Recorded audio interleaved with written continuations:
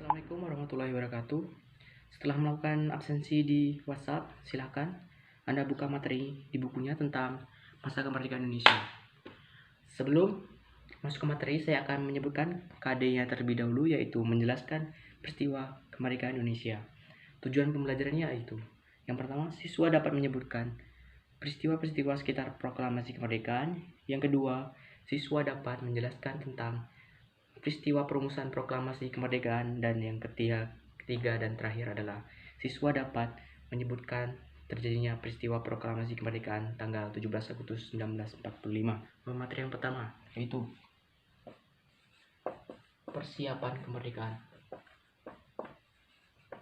Awali dengan kalahnya Jepang dalam Perang Dunia Kedua, yang menyebabkan Jepang berusaha untuk memperoleh dukungan dari negara jajahannya dengan cara memberikan janji kemerdekaan kepada setiap negara jajahannya. Salah satunya Indonesia, yaitu dengan diberikan janji kemerdekaan. Dibuktikan dengan dibentuknya yang pertama BPUPKI dan yang kedua adalah PPKI. Di sini tugas kedua lembaga ini digunakan untuk mempersiapkan kemerdekaan Indonesia yang dijanjikan oleh Jepang akan diberikan setelah Indonesia dianggap mampu untuk mengembang kemerdekaan tersebut. Yang kedua adalah peristiwa kalahnya Jepang oleh sekutu.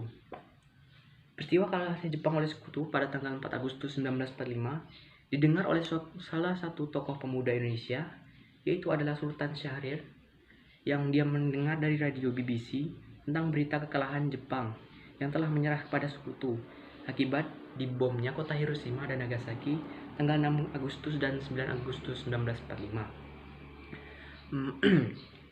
Yang setelah beliau mendengar berita tersebut, beliau pun langsung mengadakan pertemuan dengan golongan tua, yaitu Soekarno, untuk memberitahukan berita tersebut dan agar Soekarno segera memproklamasikan kemerdekaan Indonesia di tengah kekosongan kekuasaan Indonesia oleh penjajah saat itu atau yang dikenal dengan istilah vacuum of power atau tidak adanya kekuasaan yang berkuasa pada masa itu. Yang ketiga adalah peristiwa Rengas Dengklok. Dalam peristiwa ini, akibat terjadinya perpecahan atau perbedaan pendapat antara golongan tua dan golongan muda yang mengakibatkan golongan muda yang dari beberapa orang seperti Soekarni, Sultan Syahrir, dan lain-lain merencanakan sebuah penculikan, yaitu di mana mereka akan berencana membawa Soekarno ke suatu tempat agar tidak dipengaruhi dan mendapatkan pengaruh untuk menunggu janji-janji kemerdekaannya. Dan dari hasil pertemuan golongan muda tersebut memperoleh kesepakatan, yaitu mereka akan membawa insinyur Soekarno dan Muhammad Hatta ke suatu tempat yang dikenal nanti dengan nama Rengas Dengklok, yang dimana tempat tersebut dinilai aman dari pengaruh dari Jepang. Perumusan proklamasi kemerdekaan dilakukan di salah satu jenderal Jepang, yaitu Laksana Maeda, yang dimana tempat tersebut dianggap aman dari pantauan dari Jepang. Di sini tokoh-tokoh tersebut merumuskan proklamasi kemerdekaannya dimulai pada tanggal 16 Agustus jam 8 malam.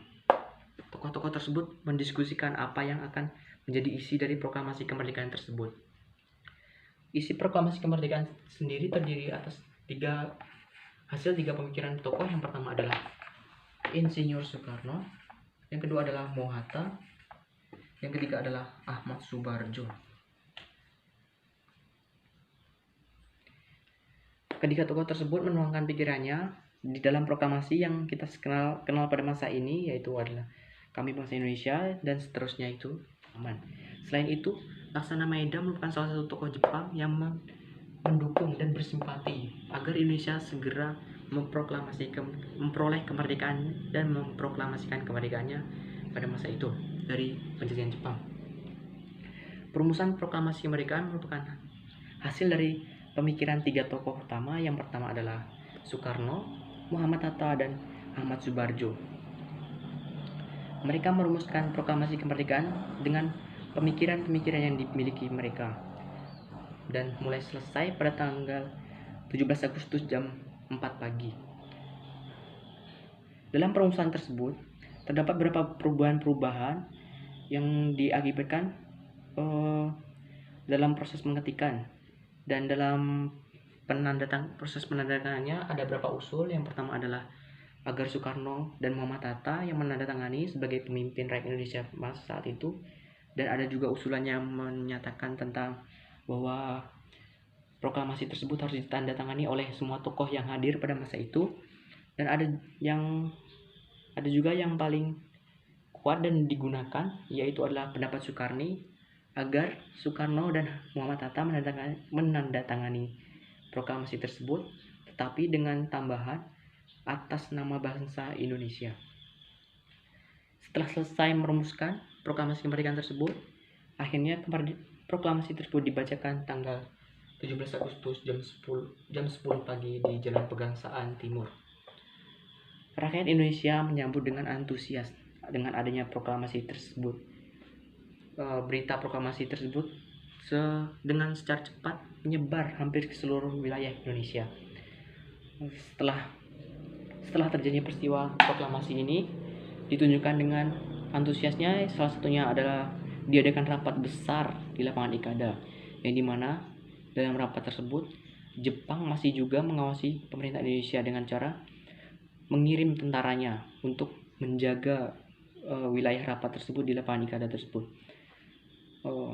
Setelah Soekarno datang, para tokoh banyak yang khawatir akan terjadinya bentrok antara tentara Jepang dan tentara Jepang dan rakyat Indonesia, dikarenakan pada masa itu tentara Jepang sudah membawa senjata lengkap dan juga rakyat Indonesia pun begitu.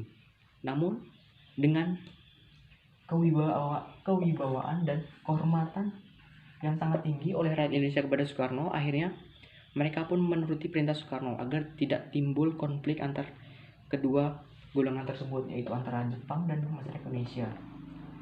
Selain itu, tanggapan tokoh-tokoh dan masyarakat Indonesia di wilayah lainnya, mereka sangat antusias dengan disiarkannya berita proklamasi kemerdekaan itu.